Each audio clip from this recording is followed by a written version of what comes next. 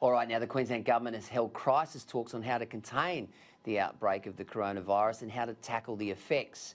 We all know that tourism is a massive industry around Australia, especially in Queensland's north. It's one of the many destinations feeling the impact of the virus. Businesses are now facing a potential loss of up to $1.7 billion. Employment figures are expected to drop, with staff being laid off, and owners are struggling to operate as tourist numbers plummet following the fallout. Joining me now on Sky News Across Australia is Daniel Gschwind, the CEO of Queensland Tourism Industry Council.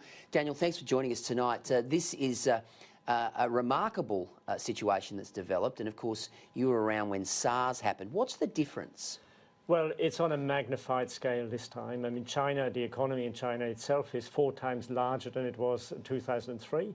It's one of not just one, but it's the most important trading partner for Australia. It's the most important source market for tourism, and much different to 2003. So our vulnerability is far greater. And of course, the contagion, the impact economically is affecting not just China, but all our markets, Europe, North America, they're all impacted by this as well. So the impact on our economy, on our businesses is phenomenal. We're already counting up, as you said, more than $100 million in losses in Queensland alone. And the potential size of this further down the track is absolutely enormous. And Peter, it's important to remember these big figures, you know, we're a bit blasé sometimes when we hear these big figures, but they translate into thousands, tens of thousands, hundreds of thousands of dollars for individual businesses, money that's missing out of the till, money that will affect their capacity to employ staff. Daniel, what did you think when the government decided to stop the aviation, stop the airlines coming in and out of China? Well, we understand the medical advice takes precedent here. We understand the risk. I mean, it was very sudden, I have to say, and it was somewhat unexpected, and certainly went beyond what the World Health Organization asked nations to do.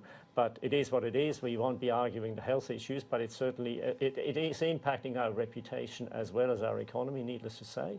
The way we handle this and the way we engage with the Chinese government and the Chinese visitors is very important. We have to make sure that our trade relations remain intact even through this difficult time. So we have to really work together to address this.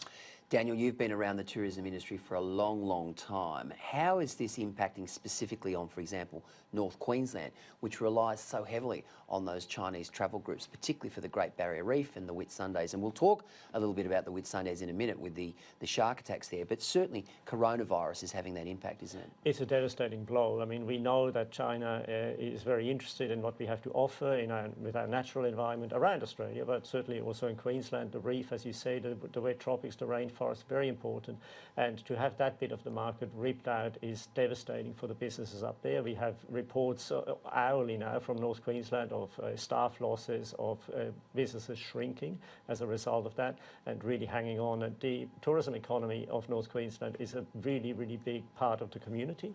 And, you know, the tourism dollar flows through the whole economy. We've seen this in previous crises when the tourism dollar stops, the community stops. And it's nowhere more obvious than in a tourism town like Cairns. And we often think about tourism and just the direct impact around employment and the generation of income, but there's also the indirect stuff, and I'm talking about restaurants and bars and you know, taxis and just those things that we take for granted that are impacted by something like this. Oh, absolutely. Look, if you're in Australia, you're in the tourism business, whether you know it or not, and we know when that tourism dollar stops, we're all impacted. And today, the Premier, to her credit, called this crisis meeting, bringing different industry groups together, and we heard there from the primary producers, the farmers, saying, well, already their demand is impacted because fewer people go to the restaurants, as you say, fewer visitors are in hotels. It's impacting on the farmers, the producers, seafood producers. They had a sorry tale to tell today about the reduction in demand they have for the premium products. So the whole economy suffers, and we have to really address this. We did write to the Prime Minister today, yes, asking to double the package that was provided after the bushfires, $76 million. It was a good start. Now we have a crisis on an even greater scale, economically at least, and we asked the federal government to step it up and invest now.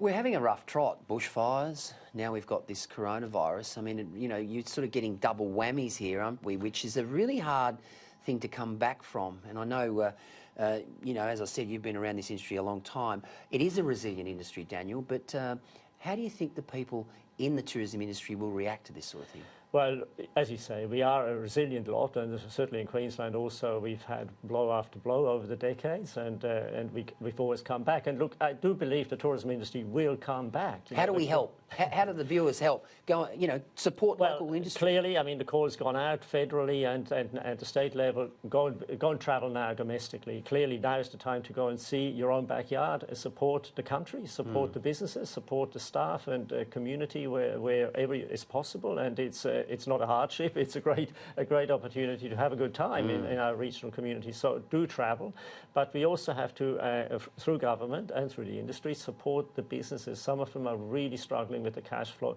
It's tough, if you're a small business at the end of the road, you really need to sometimes feel the love a little bit from the capital cities, from the government, and we need to really support that.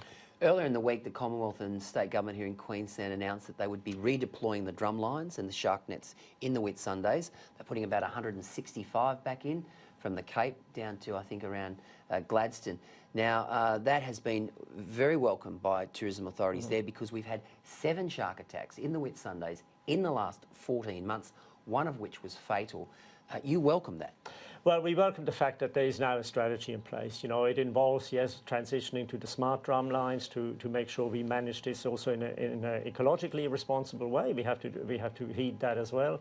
But it also provides some reassurances for visitors, for swimmers, that we are actually looking after them. We deploy appropriate measures for appropriate environments, whether that's swimming nets in some places, the smart drum lines, the drone technology, and we also, the Commonwealth government has also allocated some of the $5 million towards research. So we understand a bit better what goes on, and we need to do this. It is a delicate balance we try to strike, but we certainly welcome what's happened this week. Just a quickie before we go. You very supportive of the 2032 Olympic bid for Queensland? Absolutely, it's the way to go. If we need, especially at a time like that, we need some hope, we need some forward-looking perspective, and the Olympic bid will be a good thing for the country. Not just for Queensland, not just for Brisbane, certainly not. It is for the country, and we should all get behind that. It is something to aim for that will lift the community, lift the country. And I think the way it's now structured with the International Olympic Committee and John Coates is a great advocate for us. It will be affordable. It's not a cost ultimately. It's an investment with great returns. Daniel Gschwind from the Tourism Industry Council, thank you for joining us.